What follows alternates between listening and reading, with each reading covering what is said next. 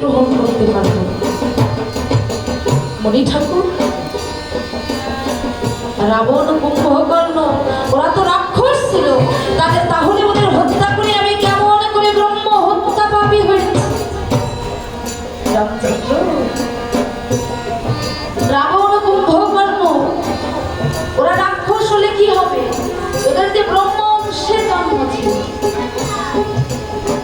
তাই ওদের হত্যা করে তোমার শরীরে ব্রহ্ম হত্যা পাপের সঞ্চার হয়েছে।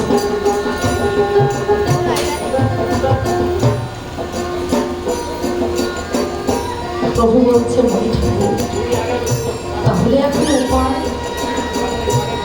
আমি তাহলে কেমন করে এই ব্রহ্ম হত্যা পাপ হতে মুক্তি পাব? শোনো রামচন্দ্র, উপায় একটা আছে, তুমি একটি যজ্ঞ করো। বলে, কি যজ্ঞ করবো মণি ঠাকুর?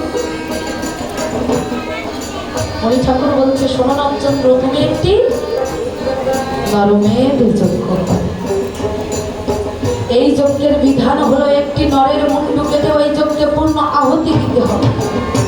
মণি ঠাকুর, ও মণি ঠাকুর, পূর্বে করেছি ব্রহ্ম হত্যা পাপ, আবারও করবো নর হত্যা? না না মণি ঠাকুর, দয়া করে অন্য কোনো বিধান যদি থাকে আমাকে তাই বলবে।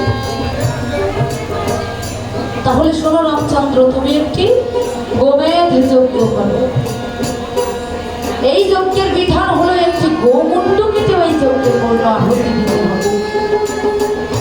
প্রভু রামচন্দ্র আবার বললেন, মণি ঠাকুর, পূর্বে করেছি ব্রহ্ম হত্যা পাপ, আবার করবো গো হত্যা? না না মণি ঠাকুর, এই হত্যা বাদ দিয়ে যদি অন্য কোনো উপায় থাকে আপনি আমাকে তাই বলবেন। শোনো রামচন্দ্র, তাহলে আর একটি উপায় আছে, তুমি একটি অশ্বমেধ যজ্ঞ করো। এই যজ্ঞের বিধান হলো একটি অষ্টম বর্ণের অশ্বের কপালে জয় পত্র লিখে তোমাকে চতুর্দিকে জয়লাভ করতে হবে। প্রভু রামচন্দ্র বললেন, মণি ঠাকুর, অশ্বের জন্য কোনো চিন্তা নেই, আমার জন্মের অনেক বছর আগে থেকে ওই মেঘরাজ ভবনে অশ্ব প্রতিপালিত হচ্ছে, আমি সেখান থেকে আপনার অষ্টম বর্ণের অশ্ব নিয়ে আসার ব্যবস্থা করছি।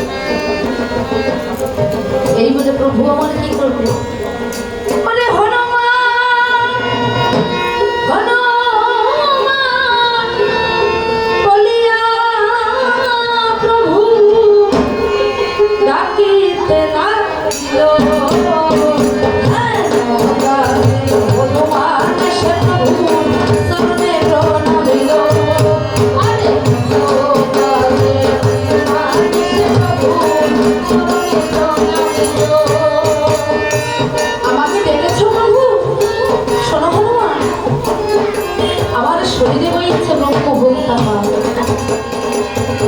তুমি ওই মেঘরাজ ভবন থেকে আমার জন্য একটি অষ্টম বর্ণের অশ্ব নিয়ে এসো।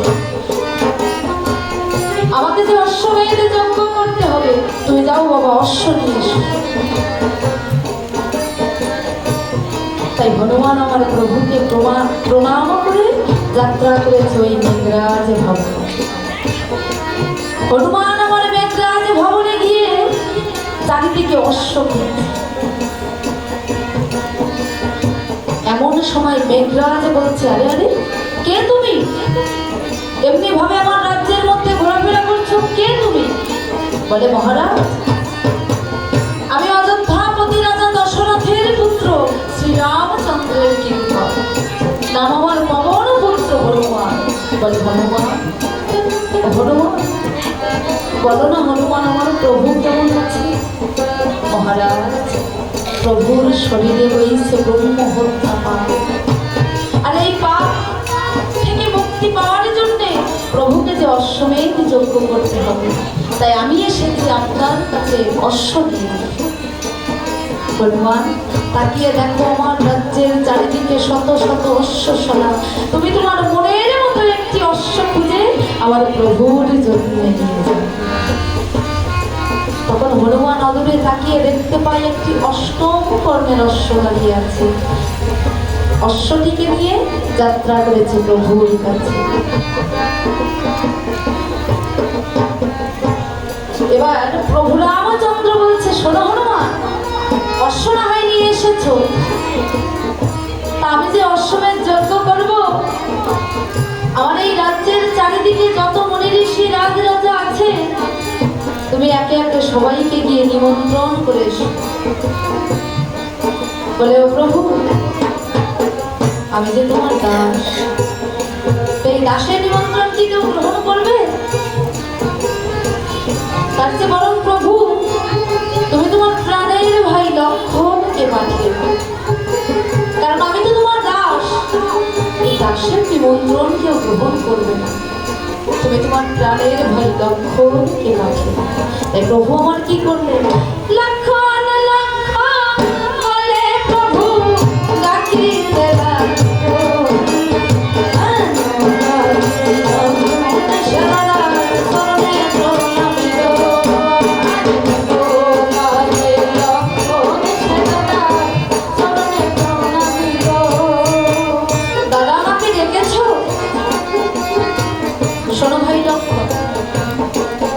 আমি যে অশ্বমেধ যজ্ঞ করছি, তুমি আমার এই রাজ্যের চারিদিকে যত মুনি ঋষি রাজরাজা আছে সবাইকে গিয়ে নিমন্ত্রণ করে এসো।